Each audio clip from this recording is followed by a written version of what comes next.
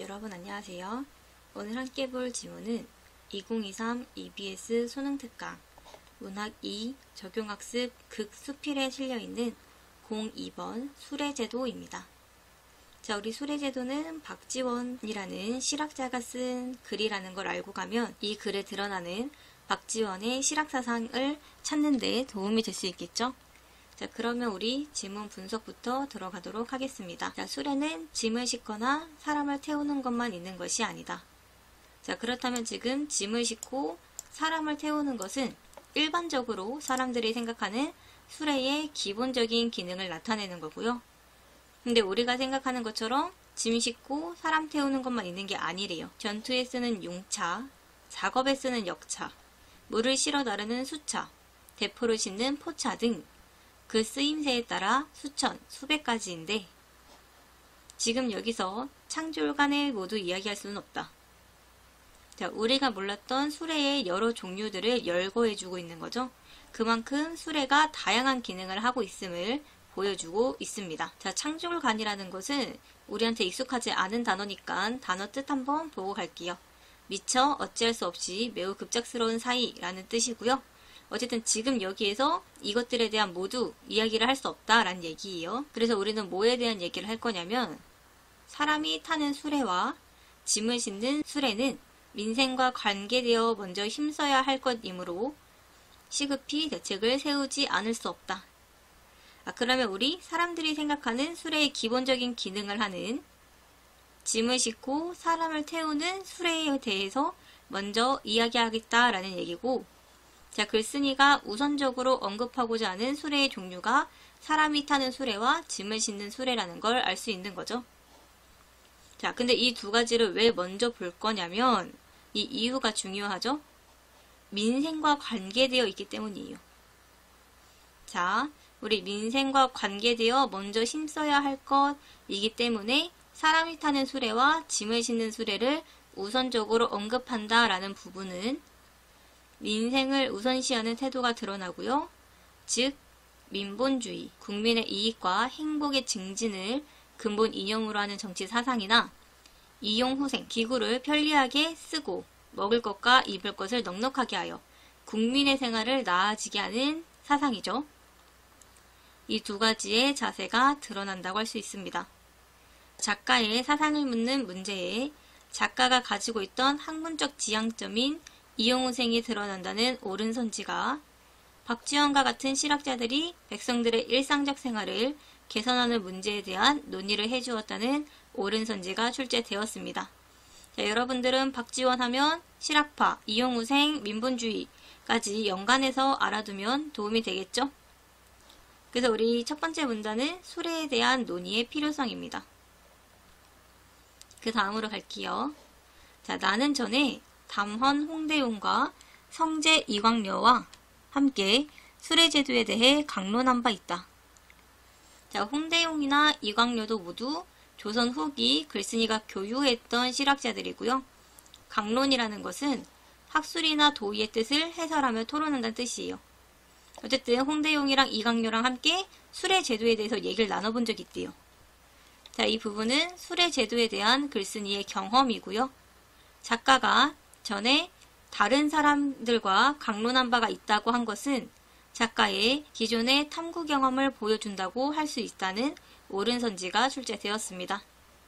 자, 수레제도에서 가장 먼저 해야 할 것은 강론의 결과죠. 지금 홍대용이랑 이광료랑 같이 수레제도에 대해서 강론을 하다가 수레제도에서 우리 가장 먼저 해야 할 것을 찾은 거예요. 그게 뭐냐면 궤, 즉 바퀴와 바퀴 사이의 간격이 같도록 통일시키는 것이라고 하였다. 자, 지금 수레의 바퀴 간 구격을 통일해야 한다라는 얘기고요. 자, 이른바 바퀴 간격을 같게 한다는 것은 무엇인가? 수레의 축과 양축 바퀴 사이의 간격을 말하는 것이다. 두 바퀴의 간격이 정해진 법칙을 어기지 않는다면 모든 수레의 바퀴 자국이 통일될 것이다. 자, 지금 혼자 묻고 혼자 답하고 있으니까 자문자답이 사용되었고요.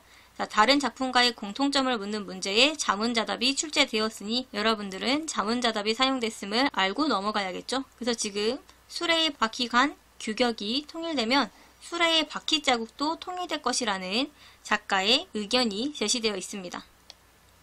그 다음으로 가면 자, 중용이라는 책에서 말하는 이른바 수레바퀴의 간격이 같다는 뜻의 거동궤가 바로 이것이다. 자, 우리 그렇다면 중용이라는 건 중국의 엄청 오래된 책인데 중국은 옛날부터 수레바퀴 간격을 동일하게 하려고 했다는 걸 알 수 있는 거죠. 그렇기 때문에 중국의 수레가 발전할 수 있었던 것이죠. 그 다음으로 가면 두 바퀴의 간격을 제멋대로 넓게 하거나 좁게 한다면 길의 바퀴 자국이 어떻게 한 가지 틀에 들어갈 수 있으랴? 수레의 바퀴 간격을 일정하게 해야 길의 바퀴 자국도 일정하게 형성될 수 있다는 것을 얘기하는 거죠. 지금 길을 따라 천리길을 오면서 매일같이 수많은 수레를 보건만 자, 이거 우리나라 지금 조선에서 본다는 내용이 아니고요. 지금 글쓴이가 청나라 기행여정에서 목격한 거를 얘기하는 거예요. 앞에 수레나 뒤에 수레가 동일하게 하나의 바퀴 자국을 따라간다. 자, 우리 중국은 거동기를 지키고 있기 때문에 지금 앞에 수레나 뒤에 수레가 동일하게 하나의 바퀴 자국을 따라가는 거죠. 자, 보기와 공통점을 묻는 문제에 중국의 수레는 하나의 바퀴 자국을 따라간다는 옳은 선지가 출제되었습니다. 자, 그러므로 미리 짜지 않고도 갖게 되는 것을 일러 한 수레바퀴의 자국이라는 뜻의 일철이라 말하고 뒤에 오는 사람이 앞에 가는 사람의 행적을 일러 전철이라고 말하는 것이다. 도성의 문턱에 바퀴가 닿는 곳에는 온폭하게 홈통이 생기는데 자, 이것은 일정한 간격의 바퀴를 가진 수레가 반복적으로 다니면서 파인 자국이 형성된 모습이죠. 맹자에서 말하는 성문의 수레바퀴 자국이 바로 이것이다. 자, 중국은 옛날부터 수레바퀴의 간격을 동일하게 해왔음을 알 수 있습니다.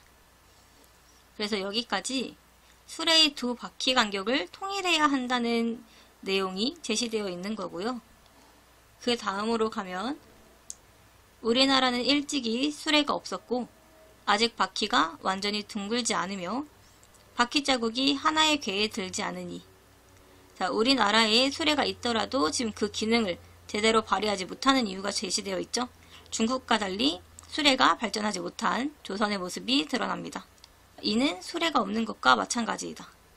그런데도 사람들은 우리나라는 고을이 험준해서 수레를 사용할 수 없다 라고 말하니 자, 우리 지금 사람들의 말을 직접 인용하고 있다는 거 여러분들이 알아두면 좋겠죠? 그리고 사람들이 생각하는 고을이 험준해서 수레를 사용할 수 없다는 것은 수레에 대한 잘못된 인식이자 그 당시 사람들의 잘못된 통념이라고 할 수 있겠죠. 이게 도대체 무슨 말인가? 국가에서 수레를 사용하지 않으니 길이 닦이지 않았을 뿐이다. 자, 그러면 일단 우리 작가는 고을이 험준해서 수레를 사용하지 못하는 게 아니라 국가에서 수레를 사용하지 않아서 길이 닦이지 않았을 뿐이야 라고 생각하는 거고요. 수레가 다니게 된다면 길은 절로 뚫리게 마련이니 어찌 길거리가 좁다거나 고갯마루가 높음을 걱정하랴. 자, 국가에서 수레를 사용해 수레가 반복적으로 다니게 되면 험준한 곳에도 길이 자연스럽게 닦일 것이라고 생각하는 작가의 모습이 드러나 있습니다. 자, 또한 이 부분은 사람들의 잘못된 통념을 반박하는 부분으로 국가가 수레를 사용하면 길은 절로 뚫리게 되어 있다는 의미를 담고 있는 거죠. 자, 보기와 공통점을 묻는 문제에 사람들의 잘못된 통념을 반박하는 모습이 드러난다는 옳은 선지가 출제되었습니다.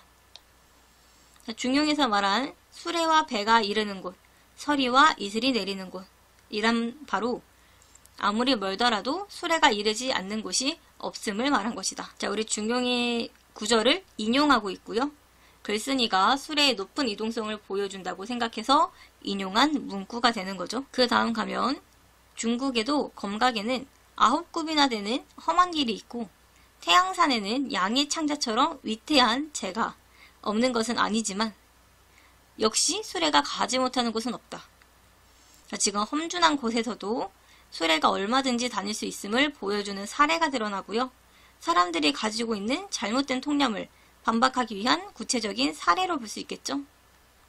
자, 이 때문에 섬서, 사천, 강소, 광동, 복건, 광서 지방 같은 먼 곳이라도 큰 장사꾼들과 식소를 이끌고 부임하는 관리들이 수레바퀴를 서로 부딪혀 가기를 마치 자신의 마당을 밟고 가듯 하는데 자, 우리 일단 뭐뭐 하든 나왔으니까 직유법이라는 거. 직유법 사용해서 지역이 험준한 것은 수레를 이용하지 못하는 것에 이유가 될 수 없음을 표현하고 있고요. 이런 섬서부터 광서지방 같이 먼 곳은 중국의 멀고 험한 지역들이라고 보면 돼요. 그래서 우리 지금 중국은 멀고 험해도 수레가 널리 쓰이고 있는 상황을 보여주고 있는 거고요. 보기와 공통점을 묻는 문제에 험준하고 먼 지역도 수레로 이동할 수 있다는 옳은 선지가 출제되었습니다. 자, 수레가 내는 굉음이 마치 구름도 없는 백주대낮의 뇌성병력 소리 같다. 자, 여기는 과장법과 직유법 사용된 거고요. 그 다음으로 갈게요. 지금 우리가 지나왔던 마천령과 천석령의 고개, 장황과 마전의 비탈길이 어찌 우리나라보다 덜하였던가. 자, 우리가 지나왔던 길이니까 여기는 아직 청나라가 되고요. 이런 곳은 우리나라보다 절하지 않는다라는 의미죠. 그 바위가 가로막고 험준함은 모두 우리가 눈으로 본 것이거늘. 그렇다고 중국 사람들이 수레를 없애고 통행하지 않던가. 자, 이렇게 험준해도 중국 사람들은 수레를 가지고 통행한다는 뜻이에요. 자, 그래서 여기까지 험준한 곳에서도 수레가 다닐 수 있음을 드러내고 있습니다. 자, 중국의 풍부한 재화와 물건이 어느 한 곳에 막혀있지 않고 사방에 흩어져 옮겨 다닐 수 있는 까닭은 모두 수레를 사용하는 이점 때문이다. 자, 우리 지금 재화와 물건이 한 곳에 막혀있지 않고 사방에 흩어져 옮겨 다닌다는 것은 수레의 경제적 효용을 얘기해 주는 거고요. 이건 다 수레 덕분이다 라고 하는 거죠. 지금 당장의 효과를 따져보더라도 우리 사신 일행이 모든 폐단을 없애고 우리가 만든 수레에 우리 물건을 싣고 곧바로 북경까지 닿는다면 편리할 터인데 무엇을 꺼려서 하지 않는단 말인가. 자, 지금 수레를 사용하지 않는 데에 대한 안타까움이 드러나고요. 수레를 발전시켜야 함을 강조하고 있습니다. 영남지방 아이들은 새우젓을 모르고 부터 어찌 그리 귀하게 되는 것인가 까지는 물자의 유통이 제대로 이루어지지 않고 있는 우리나라의 실정이 나타나 있는 거고요. 보기와 비교하는 문제에 조선의 유통구조의 취약함을 제시한다는 옳은 선지가 출제되었습니다. 다시 여기 영남지방 아이들부터 어찌 그리 귀하게 되는 것인가 까지는 물자의 유통이 제대로 이루어지고 있지 않은 우리나라의 실정을 나타내는 부분입니다. 자, 육진지방의 마포부터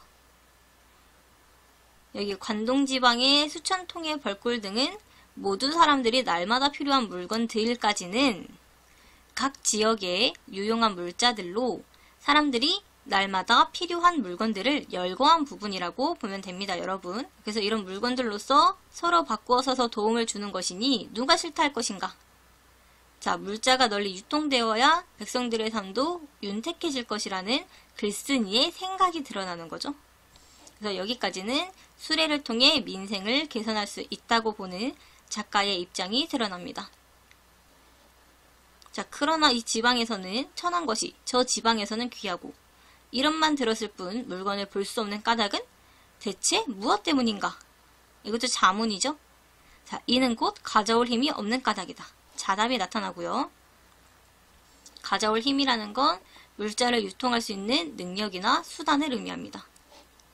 사방 수천 리밖에 되지 않는 좁은 강토에서 지금 조선을 얘기하는 거죠. 백성의 살림살이가 이토록 가난한 까닭은 한마디로 말하자면 국내에 수레가 다니지 않기 때문이다. 자, 지금 백성들이 궁핍하게 살고 있는 현실에 대한 글쓴이의 문제의식이 드러나고 있고요. 조선 현실에 대한 문제점을 제기하고 있는 거죠. 사람들이 가난한 이유는 수레가 사용되지 않아서이다 라고 보는 작가의 입장이 드러납니다. 그러면 다시 물어보자. 수레는 왜 못 다니는가? 한마디로 선비와 벼슬아치들의 죄이다.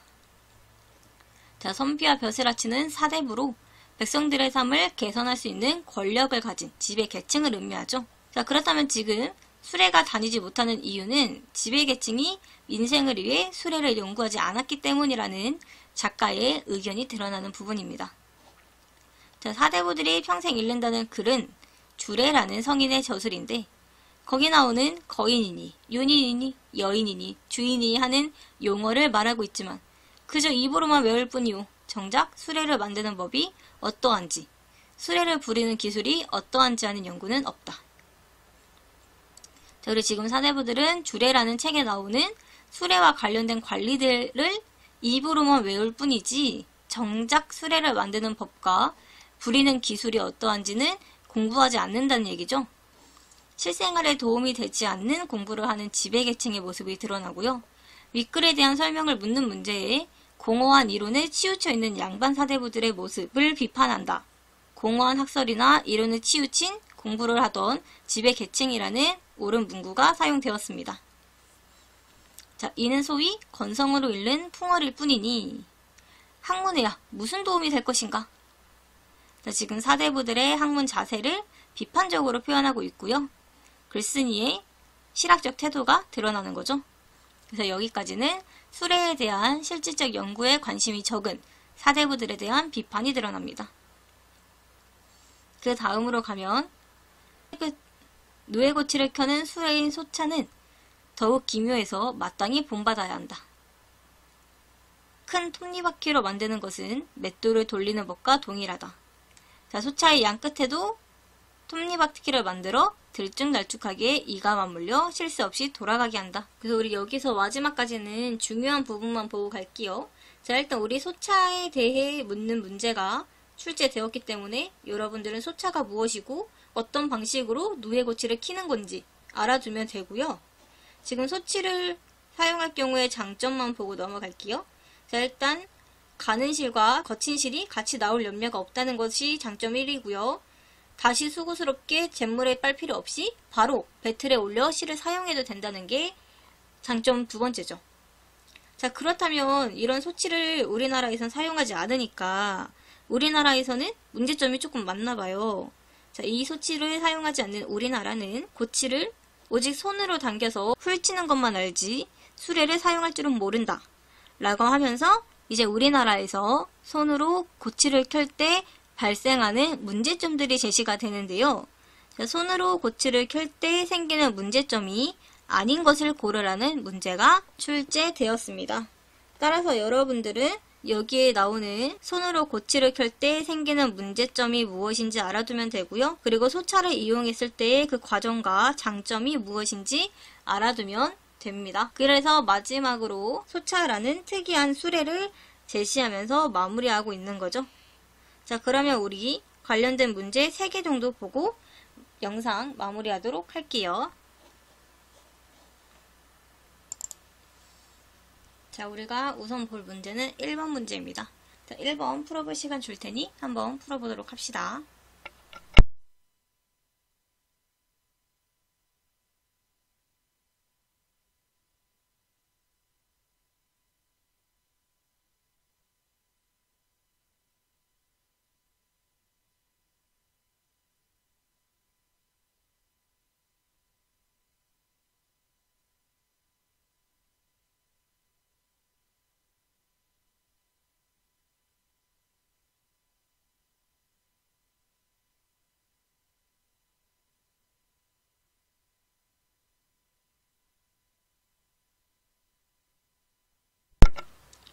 자, 1번 같이 볼까요?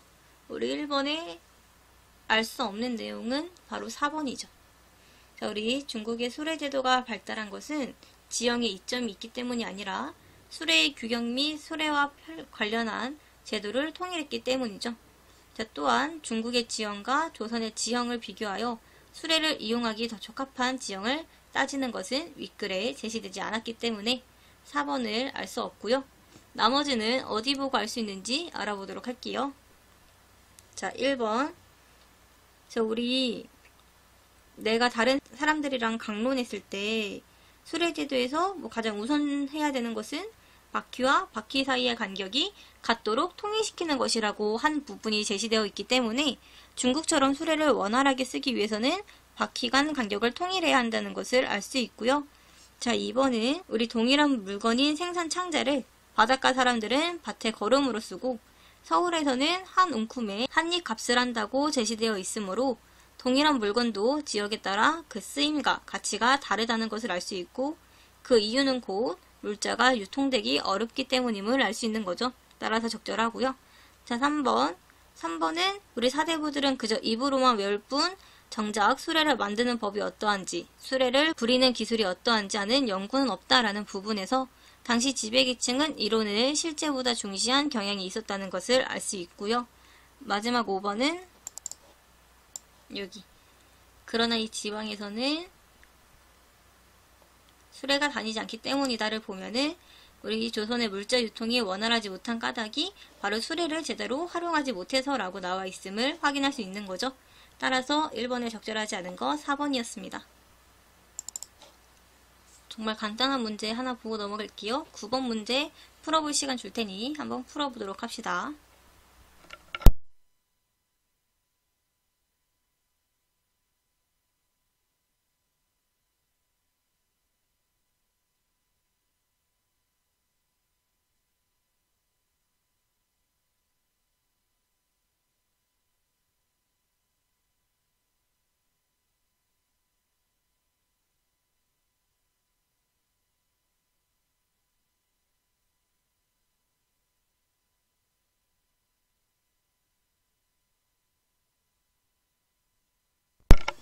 자, 여러분 9번 문제 같이 보도록 할게요. 자, 작가의 주장과 같은 입장을 보이는 것은 3번이죠. 자, 우리 윗글의 작가는 수레 제도가 실생활에서 유익하게 활용될 수 있고 백성들에게 도움이 되기 때문에 배워야 한다고 제시하고 있습니다. 따라서 3번에 외국의 제도라도 실생활에서 유익하게 활용될 수 있고 백성들에게 도움이 된다면 수용해야 한다는 것이 작가와 같은 입장이라고 할 수 있고요. 나머지는 왜 적절하지 않은지 보고 넘어갈게요.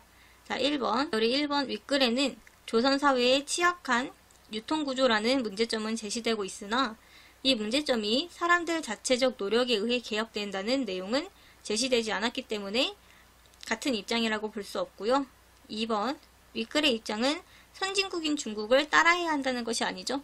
다만 도움이 되며 본받을 필요가 있다라는 것이니까 2번도 적절하지 않고요. 4번. 윗글은 중국의 수레 제도를 배워야 한다는 입장이므로 조선의 문화의 정체성을 확보하기 위해 외래 문물의 유입을 차단해야 한다는 것과 같은 입장이라고 할 수 없죠. 5번. 윗글은 중국의 수레 제도를 배워야 한다는 입장이므로 중국의 제도를 본받으면 백성들이 혼란을 맞게 될 수 있으니 조선의 제도를 유지해야 한다는 것과 같은 입장이 될 수 없습니다. 마지막으로 16번 문제 보고 넘어가도록 할게요. 자, 16번도 풀어볼 시간 줄 테니 한번 풀어보도록 합시다.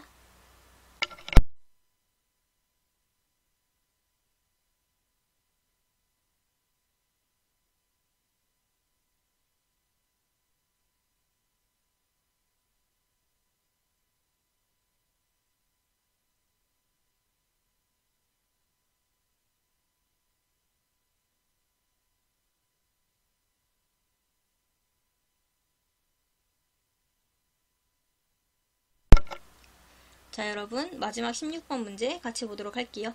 자, 우리 소차에 대한 설명으로 적절하지 않은 것은 4번이었죠.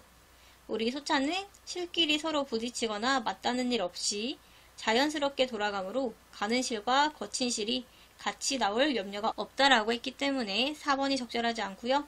자, 나머지 적절한 이유를 보자면 1번. 누에고치를 수십보 밖에서 삼고 중간에 수십층에 실엉을 설치하여 점차로 높고 낮은 형세가 되게 만든다는 부분이 제시되어 있었기 때문에 적절하고요. 2번. 실엉마다 그 끝에는 쇳조각을 세우고 바늘기 같은 아주 작은 구멍을 뚫는다라고 제시되어 있었기 때문에 적절하고요. 3번. 바퀴가 돌면 얼레가 돌아가게 되어 톱니가 서로 맞물려 빠르지도 느리지도 않은 적당한 속도로 천천히 실을 뽑아낸다 라는 부분이 제시되어 있었기 때문에 적절하고요. 5번. 얼레에 들어가기 전에 실의 바탕은 이미 건조되어 깨끗하고 투명하여 빛이 나서 라고 제시되어 있기 때문에 적절하게 됩니다. 자, 우리 오늘 영상은 이것으로 마무리할 거고요. 오늘 본 이 모든 자료와 수능, 모의고사, 내신 관련한 더 많은 자료는 나무 아카데미에서 확인할 수 있습니다. 또한 문의사항은 유튜브 댓글로 남겨주면 확인하는 즉시 답글을 달도록 할게요. 그러면 우리 다음에 또 다른 지문으로 만나도록 합시다.